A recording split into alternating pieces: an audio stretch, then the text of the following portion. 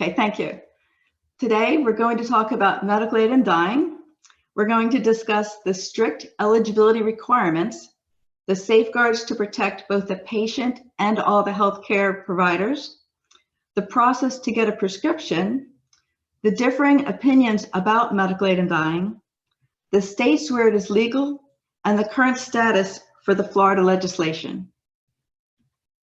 So who are we? We are a 501c3 nonprofit. We're a full volunteer agency. No one is paid any support here. We started about 2 years ago. And Tony, why don't you tell them how we got started? Well, the reason we got started is in our family, Helene and I have always been the couple that have been the ones that took care of our parents, aunts, relatives at the end of life. And we have witnessed several of these individuals that have had very difficult deaths. In particular, our Aunt Connie, who lived just 4 houses up from us here, we live in Melbourne Beach. She had just a terrible, terrible time the last 2 weeks of her life, and it was just not necessary. Connie was a very spiritual person. She had some wonderful tales of traveling all over the world. She was a TWA employee for 45 years and ran the Ambassadors Club in the Philadelphia airport for most of those years. And that was back in the golden era of travel, airline travel. In her job, she met many, many celebrities, movie stars, politicians, but her absolute favorite story that she would tell was of one night when Billy Graham, the Reverend Billy Graham, was in the club, and it was closing time, but his flight had been delayed. So she stayed with him for an extra hour waiting for his flight and had a very profound and hour-long conversation with the Reverend. And this was something that really meant a lot to her. Connie spoke to us in her later years about death and wanting to be in the moment, awake, alive, to experience the transition into the next life.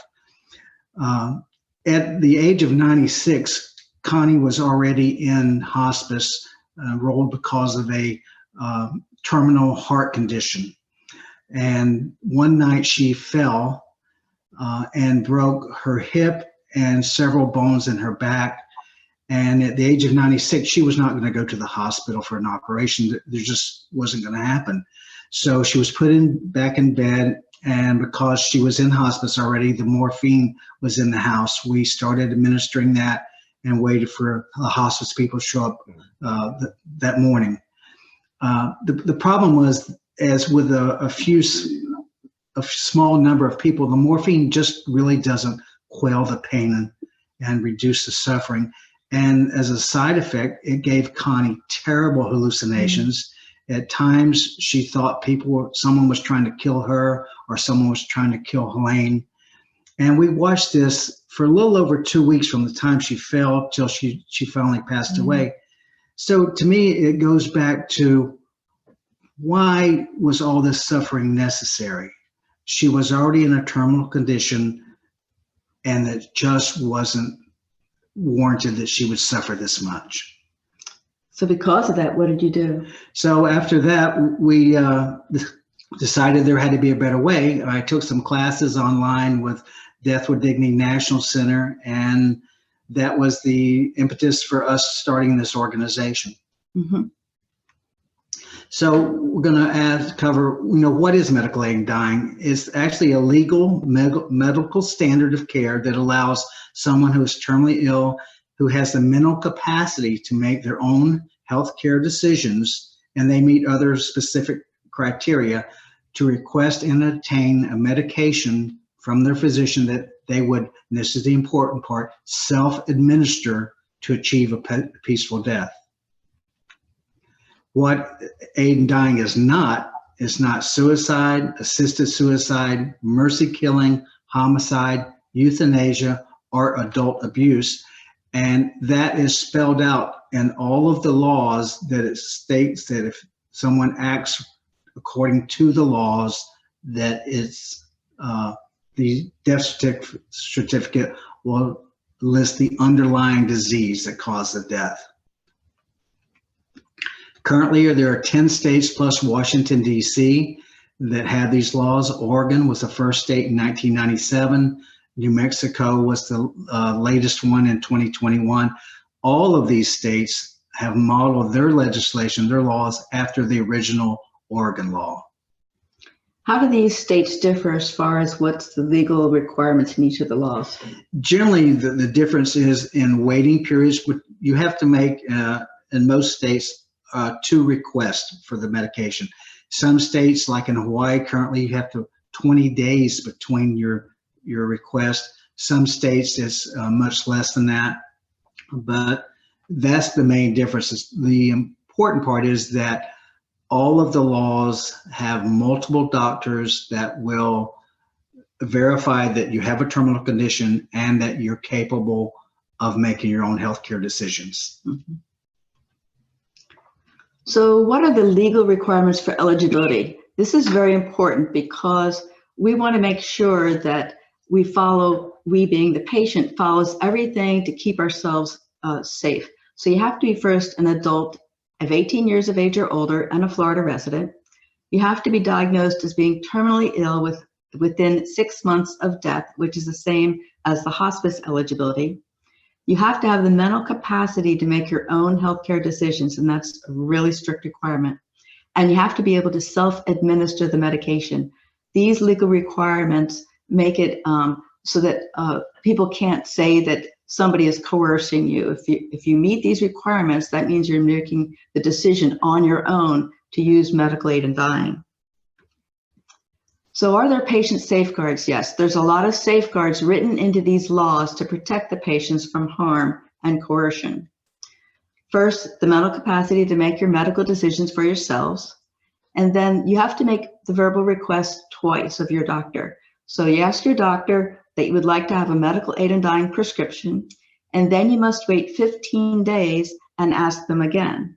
In between that waiting period, the doctor must inform you of all the other options you have besides medical aid in dying. Then once you ask for the prescription the second time, then the doctor will have the consulting physician also verify that you have met all of those requirements, eligibility requirements. If there is any doubt in their minds that you have the mental capacity to make your own healthcare decisions, they will get a mental health specialist to also evaluate you. So at that point, then the doctor will give you a form to fill out, and that he fills out also, or she fills out, that you've put now your request in writing. When you do that, there are 2 witnesses present, and the purpose of the witnesses is to make sure that no one is coercing you to sign this form or to ask for a medical aid in dying prescription. The witnesses, one of the witnesses cannot be related to you at all, and neither witness can benefit financially from your passing. Neither of the witnesses can also be one of your healthcare physicians or healthcare workers that are helping you right now. At any time, you can change your mind. You can change your mind after the first verbal request. You can change it after you've put your request in writing. You can change it even after you get the prescription. You do not have to follow through with this. And the same is true with the doctors. Your patients, your life insurance policies, your wills, your annuities are all protected because, like Tony said, the cause of death on your death certificate is your underlying disease, not that you've taken a medical aid in dying prescription. Now, for the medical professionals, they have safeguards also. First of all, you have to have 2 physicians confirming that the patient meets all the requirements of the law. It's voluntary. None of the doctors or medical professionals have to participate. And if they do decide they want to participate, they can drop out at any time. If halfway through they decide this isn't something they want to do, they can decide to opt out. If your physician that you ask to give you a prescription, if that physician says no, they must refer you to a physician that will do it, and they must transfer all your medical records to the physician that will help you out. These medical professionals are protected from civil, criminal, and administrative prosecutions and liabilities. And what that means is, let's say you work for a hospital and you also have a private practice. And if the hospital does not agree to medical aid in dying, You, on your own private medical practice, can still perform medical aid in dying if you choose, but you must follow whatever the medical hospital says for you to do. If at any time somebody wants to say that they want to prosecute against you, as long as you have followed all the laws written into this medical aid in dying legislation, you are protected. So compliance safeguards. These compliance safeguards are the ones that are written into the legislation that says if you comply with everything in the legislation, you are protected, and it protects the patient, it protects the family members, and it protects all participating medical professionals. We get a lot of questions about, exactly what this medication is, this prescription. And basically, it is a powder form that is mixed with between 2 to 4 ounces of apple juice normally, and has to be self-administered by the patient. And there's 2 classes of drugs. Several of them are respiratory suppressors, and the other are cardiac suppressors. And who supports medical aid in dying? The last major nationwide poll was in 2020, a Gallup poll that showed that 74% of Americans surveyed believe that someone who is terminally ill should have the right to access to medical aid in dying. And this support was very high across all political and religious affiliations. As far as doctors goes, a 2020 Medscape survey showed that 55% of physicians supported the right, a terminal person having the right to access medical aid in dying. And that's basically because these laws work as intended with no evidence of abuse or coercion. And there are an increasing number of disability rights groups that have taken a neutral or supportive stance about aid in dying. And it's mainly because the disability organizations and our organization have very strong beliefs about things of bodily autonomy, independence, and self-determination, especially at end of life. And here's some interesting facts. 30% of the patients who actually receive the prescription do not use it.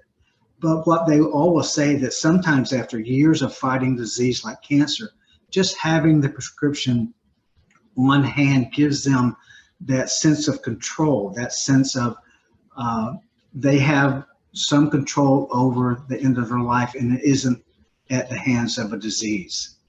A 10-year study of medical aid in dying in Washington and Oregon states showed that only 1 in 300 deaths where the patient utilized medical aid in dying. If you want real numbers, the latest numbers from California, 2021, show that there were 448 people who ingested the medication for medical aid in dying out of a total of 280,000 deaths. One little side note, these were deaths that were not COVID related, since there were a lot more deaths in California during that year. Excuse me. So as the doctor speaks with a patient, they are required to go over what are the options for a person who has a terminal illness. The first one could be you could fight tooth and nail, take every procedure and treatment to extend your life as long as possible. You have the right to decline treatment. Mm-hmm. There's hospice care, which means that you have been diagnosed with less than 6 months to live, which is also the same requirements of a medical aid in dying law. There's palliative care, which is more of a long-range plan, more holistic, is for people that may be beyond that 6 months mark, and is based on get the best quality of life that you can for the remainder of your life. And there's palliative sedation, where the physician actually renders the patient unconscious to avoid pain and suffering. And there's voluntary stopping of eating and drinking, VSED, which is just as it says, the patient chooses to stop taking nourishment in order to hasten their death. Is that easy to do? No, the VSED is extremely hard for someone to have the willpower to stop eating and drinking. And it's also very hard for the medical professionals, the hospice nurses, and especially hard for the family to watch someone go through the pain of not eating and drinking when they know that if they just took a bite, if they just took some water, that they would feel better. But normally these individuals that have this kind of resolution have suffered for years and they've just had enough. So some of the benefits of having medical aid in dying laws are things like open communication between doctors and patients about hospice care, palliative care, and advanced directives. In states like Oregon, which has been 25 years since their law started, they have some of the highest rates of people in hospice and the highest rates of people that actually die in their own home. These aid in dying laws enhance dignity, autonomy, and individual liberty by allowing the patient the freedom to die in a peaceful manner at a time of their own choosing, based on their own beliefs and values. Mm-hmm. Typically the opposition for medical aid in dying comes from two areas: religion and disability. And the religious argument is that only God creates life and only God can take a life. Our viewpoint of this is that we respect a person's beliefs, not to use medical aid in dying, but freedom of religion permits a person to act upon what they believe and what their values are and their relationship with God. One should not force their beliefs on another. The disability rights group opposition is basically that historically in today, disabled and individuals are marginalized in the U.S. healthcare system. And that's very unfortunate, but it doesn't really play into medical aid in dying. Our response is because of the strict requirements, things like the 2 physicians and the 2 witnesses and the verification of mental capacity and the patient's voluntary making these decisions, that these individuals are protected just as Mm-hmm. the general public is. Mm-hmm. There has been an increasing number of disability groups that have taken a neutral or supportive stance of aid in dying, and that's because they share the same core values that we do, things like autonomy, independence, and self-determination. So who gets to decide how we die? Is it the state telling us, or is it ourselves? Right now, the legislative process flow to get a bill passed and made into law in Florida is that you have to find a sponsor in both the House and the Senate who will sponsor your bill. They file it, and then it's assigned to committees that hear it, and then they vote on it. And the committees are processed in sequence. So right now, the chair of the first committee would either have the power to say, okay, I want this bill to go before my committee members and let them vote on it, or the chairperson can say, no, we're not going to hear this, and then the bill just dies and the legislation does not progress any further in the session. Once it does progress through the 3 committees or 4 committees, then it passes to the House floor and or the Senate floor for a majority vote. And once the House and the Senate follow this process concurrently, and let's say it passes on the House and Senate floor, then it proceeds to the governor for the governor to make it into law or the governor to veto it. Mention our bills. Okay, it's in the next slide, I think. Oh, okay. So the current status of our bills. So we have House Bill number 1231, and our sponsor is Representative Campbell. And the title of the bill is the Florida End of Life Options Act. And we modeled this bill based upon Oregon's bill.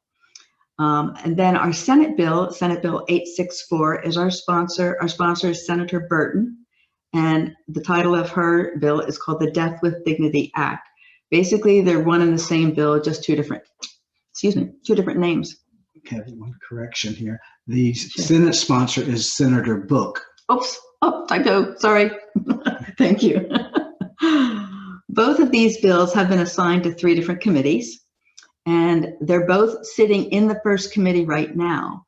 And the chairpersons of each of these committees have not put it on their agenda for their committee members to hear it. So we have a letter writing and a phone call campaign going on to these chairpersons, asking them to please let the bill progress through their committee.